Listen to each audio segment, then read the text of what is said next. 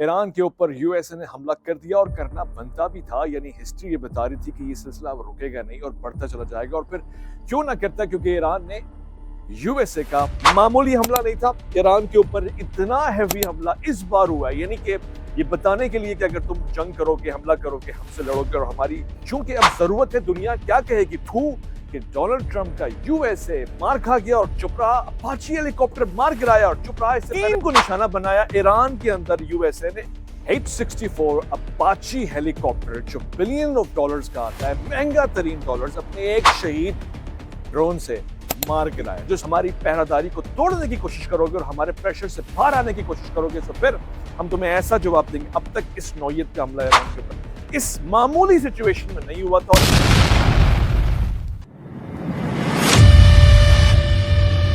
सलामती है उन आंखों पे जो हिदायत पे नजर जुमाए बैठी है, उन कानों पे जो जिक्र खैर के मुंतजर रहते हैं और उन कदमों पे जो हिदायत की राह पे गामजन है। ईरान के ऊपर यूएसए ने हमला कर दिया और करना बनता भी था। यानी हिस्ट्री ये बता रही थी कि ये सिलसिला अब रुकेगा नहीं और बढ़ता चला जाएगा। और फिर क्यों ना करता, क्योंकि ईरान ने यूएसए का H-64 अपाची हेलीकॉप्टर जो बिलियन ऑफ डॉलर्स का आता है, महंगा तरीन डॉलर्स, अपने एक शहीद ड्रोन से मार गिराया। जो स्ट्रेट ऑफ हॉर्मुज के ऊपर पहरा दे रहा था, यूएसए ने अपने पहरे को मजबूत बनाना था। यानी उसने ये कहना था कि जहां पर ईरान का कब्जा है, जहां ईरान अपने कब्जे को मरीन से, ड्रोन से, मिसाइल से मजबूत करता जा रहा है, वहां जरा मैं इसकी मॉनिटरिंग तो करूं कि किन किन जगहों पे जाके मारा जा सकता है। जंग करने का इरादा नहीं था, सिर्फ ऊपर ऊपर उड़ने का इरादा था। मगर वो अपाची हेलीकॉप्टर जो मॉनिटर कर रहा था स्ट्रेट ऑफ हॉर्मुज की सिचुएशन को, उसको ईरान ने मार गिराया। अब क्या हुआ, करना तो कुछ था। डोनाल्ड ट्रंप ने बयान दिया, कहा कि मैं नहीं चाहता था कि जंग बढ़े, मैं तो एक्सपेक्ट कर रहा था कि मंडे, ट्यूसडे, वेडनेसडे तक कुछ ना कुछ डील हो जाएगी, कोई मुआहदा हो जाएगा। मगर चूंकि अब जरूरत है, दुनिया क्या कहेगी, थू कि डोनाल्ड ट्रंप का यूएसए मार खा गया और चुप रहा, अपाची हेलीकॉप्टर मार गिराया और चुप रहा। इससे पहले जहाज F-25, F-22, F-35 स्टेल्थ किस्म के जहाज जो दिखते नहीं, नजर नहीं आते, पकड़ में नहीं आते, वो भी मार गिराए थे ईरान ने। सो कुछ ना कुछ करके इज्जत बहाल करने के लिए बहुत कुछ करना पड़ेगा और वो बहुत कुछ कर दिया। मामूली हमला नहीं था, ईरान के ऊपर इतना हैवी हमला इस बार हुआ है। यानी कि ये बताने के लिए कि अगर तुम जंग करोगे, हमला करोगे, हमसे लड़ोगे और हमारी हमारी पहरादारी को तोड़ने की कोशिश करोगे और हमारे प्रेशर से बाहर आने की कोशिश करोगे तो फिर हम तुम्हें ऐसा जवाब देंगे। अब तक इस नौयत का हमला ईरान के ऊपर इस मामूली सिचुएशन में नहीं हुआ था। और मेरी बात सुनिएगा, हुआ क्या, ताकि आपको इंफॉर्मेशन भी पहुंचे एक्यूरेसी के साथ। मेन टारगेट्स तीन थे, तीन को निशाना बनाया ईरान के अंदर यूएसए ने। एक फर्दो फ्यूल एनरिचमेंट प्लांट को उसने कहा यहां पे मारेंगे। फ्यूल की इनकी जो पावर है, जो पेट्रोल, जो एनर्जी, जो सब रिसोर्सेज इनके, उनको तोड़ा जाएगा। यूएसए ने दूसरा हमला किया नातान्ज की न्यूक्लियर फैसिलिटी के ऊपर। उन्होंने कहा कि न्यूक्लियर इनका रैपिडली बढ़ता जा रहा है, तेजी, यानी कहां हम ये सोच रहे थे कि ये इसके ऊपर हल्का आ जाएंगे, हौला आ जाएंगे, 20 साल का मुआहदा कर लेंगे, 15 साल का मुआहदा कर लेंगे। मगर ईरान कहता है सारी बातें बाद में होंगी, न्यूक्लियर को तो हम अभी कंसिडर ही नहीं कर रहे, सो हम उसको डील में ला ही नहीं रहे कि इस पे हम काम रोकेंगे। काम रोकने के बजाय बढ़ा दिए। सो दूसरा अटैक नेटन्स की न्यूक्लियर फैसिलिटी के ऊपर हुआ और बड़ा शदीद किस्म का हमला था। इस्फहान में भी एक न्यूक्लियर साइट है और उसके ऊपर भी हमला हुआ और वो न्यूक्लियर टेक्नोलॉजी सेंटर निशाना बना। कितनी डैमेज हुई है, किस हद तक डैमेज हुई है, मैं आपको बाद में बताऊंगा। मगर वेपन जो इस्तेमाल हुए वो भी जरा लिख लें, नोट कर लें, क्योंकि हिस्टोरिकली यूएस अपने वेपन्स को बढ़ाता जा रहा है। जो कुछ वो पहले चला रहा था, अब मजीद खतरनाक नौयत के असले को इस्तेमाल करके दिखा रहा है। B-2 स्प्रेड स्टेल्थ बॉम्बर्स उसने इस्तेमाल कर दिए, लड़ा दिए, दौड़ा दिए, गिरा दिए। और उसके बाद उसने GB-457 मैसिव पेनिट्रेटर जिसको कहते हैं, जो बंकर बस्टर होता है, वो भी मारा। और साथ साथ उसने टोमाहॉक क्रूज मिसाइल भी मारे, 30 टोमाहॉक क्रूज।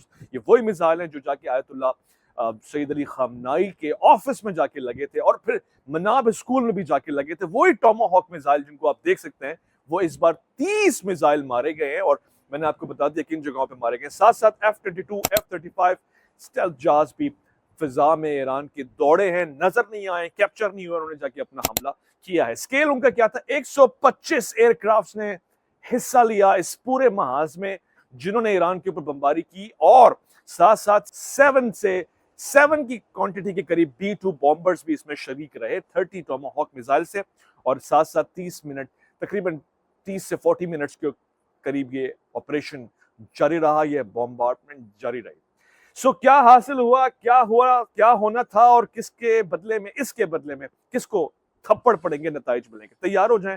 अगली खबर जो आप सुनेंगे, मैं प्रिडिक्शन नहीं कर रहा, मैं हिस्टोरिकल रेपुटेशन बता रहा हूं आपको, जो व्लॉग मुझे मजबूरन बनाना पड़ेगा या फिर आप किसी न किसी खबरनामे में सुन लेंगे, वो ये होगा कि जितने ये नक्शे खींचे यूएस ने ईरान के ऊपर, जो आज ताजा तरीन बमबारी की है, ईरान रिटेलिएट करके मारेगा, 100 पे 125 मारेगा, शेर पे 1.5 मारेगा, और वो मारेगा गल्फ को। 3 कंट्रीज रेड अलर्ट के ऊपर हैं ऑलरेडी, सारा गल्फ रेड अलर्ट के ऊपर है। ईरान किसी को भी ढूंढ के, चुन के, निकाल के पीट सकता है, मगर जो सबसे पहले पिटाई होने के चांसेस हैं इस बदले में, इस रिटेलिएशन में जो यूएस ने हमला किया है, वो यूएस की बेसिस है सबसे पहले कुवैत में, यूएई में, बहरीन में। इनको दे मार 4.5 अब शुरू हो जाएगा। मैं एक्सपेक्ट नहीं कर रहा कि कोई नया कंट्री भी इसमें शामिल हो जाएगा, मगर अगर ईरान एक कदम और आगे जाता है, जो वो करके दिखाता है कि हमने आसपास कुछ नहीं छोड़ना, तो मेरा ख्याल है कि फिर उसको कतर की तरफ भी जाना पड़ेगा, जिसपे अभी पाकिस्तान नाराज है। यानी पाकिस्तान ने कतन ये मशवरा दिया कि 2 कंट्रीज को छोड़ के, और ओमान तो आपके साथ ही खड़ा हुआ है। ओमान के बहरहाल रूलर ने बड़ा जिगरा दिखाया है, बड़ा शेर जिगरा दिखाया है। यूएसए के प्रेसिडेंट ने ओमान के रूलर को कहा था कि साहब आप सुधर जाएं, स्टेट ऑफ हॉर्मुज के ऊपर आप ईरान के साथ मिलके चंदा ले रहे हैं, चंदा नहीं, भत्ता ले रहे हैं, भत्ता नहीं, टैक्स ले रहे हैं, वो लेना छोड़ दें, वो बदमाशी छोड़ दें और हमें वहां पे हुकूमत करने थे, हमें वहां पे राज करने थे। ओमान के रूलर को वो समझा कि ये दुबई के रूलर हैं, वो समझा कि ये दीगर गल्फ कंट्रीज के रूलर हैं, ये वो शेख हैं, ये वो अरबी हैं जो कहेंगे लब्बैक। या डोनाल्ड ट्रंप, अगर उन्होंने ऐसा नहीं कहा, उन्होंने कहा कि आप हमारे साथ धमकी वाली जुबान इस्तेमाल करेंगे, हम अगले ही रोज से ईरान के साथ अपनी ट्रेड बढ़ा रहे हैं, ताल्लुकात बढ़ा रहे हैं। कल हम 2 दिन उनके साथ खाना खाते थे, आज हम 4 खाने खाएंगे उनके साथ 4 दिन में।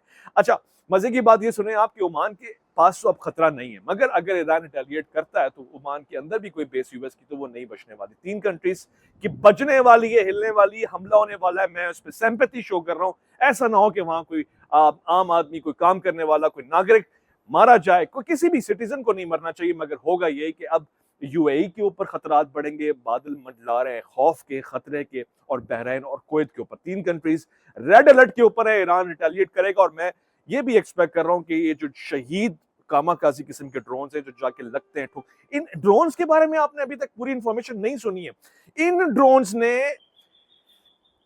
लेबनान में और इसराइल में, खासतौर से उस लेबनान की टेरिटरी में जो ऑक्युपाइड है, जो सदर्न लेबनान है, जहां पे आईडीएफ फोर्सेस आई हुई, यानी इसराइली फोर्सेस आई हुई हैं, उनके ऊपर हल्ला मचाया हुआ है इन ड्रोन्स ने। ये चुन चुन के मार रहे हैं। ये आईडीएफ के फोर्सेस के लोगों को, आर्म पर्सनल्स को कहीं छोड़ नहीं रहे। बंकर हो, घर हो, क्वार्टर हो, फौजी टैंक हो, या जीप हो, या जंगल हो, या दरख्त हो। इस वीडियो को पूरी तरह देख लें। ये जो ड्रोन्स बना दिए इन्होंने, ये ड्रोन्स एक तो बहुत सस्ते हैं, $5000 के भी ये ड्रोन्स बन रहे हैं। अब सिंपल है, और फिर ऊपर से कमाल ये हुआ कि ये ड्रोन्स कैमरे के साथ चलते हैं, तो पूरी फुटेज देते हैं।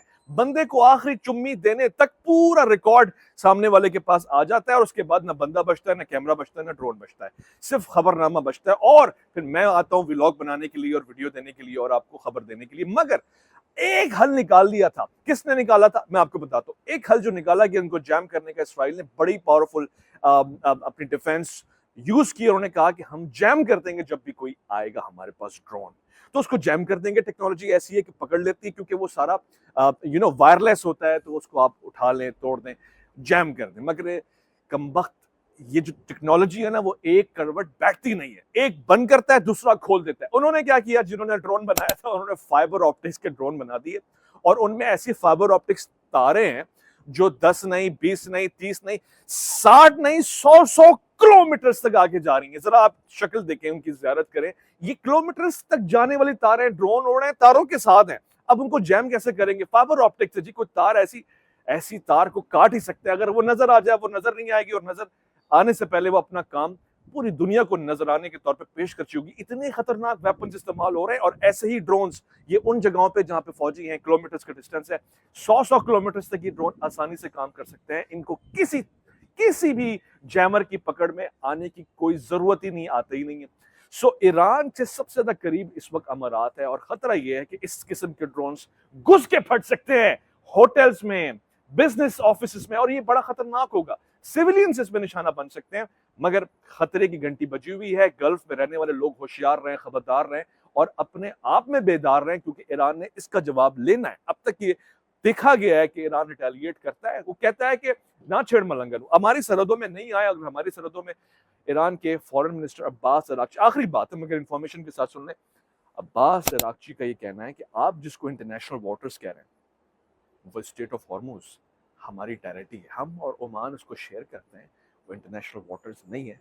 लिहाजा खबरदार, यहां से गुजर, यहां से खबर लेना छोड़ दें, मॉनिटरिंग छोड़ दें, इसकी सुपरविजन छोड़ दें, इसके हवाले से बिल्कुल आप दूर होकर बैठे। मुआहदा करना है मुआहदा करें, मगर मुआहदे के चांसेस उतने ही कम हो गए। वही हो रहा है जो कि इसराइल के प्राइम मिनिस्टर चाह रहे थे कि यानी जंग छिड़े, बढ़े, आग लगे। सो अब आग लगी हुई है और खूब ये हुआ कि हमला ही हो गया। लिहाजा आपने खबरदार रहना है, कमेंट से बताना है कि नई खबर आपके पास क्या है और आपने इस हमले को कैसा परखा है और अब आप किस कंट्री को नंबर 1 कहना है जिस पे ईरान रिटेलिएट करके हमला कर सकता है। अल्लाह की अमान।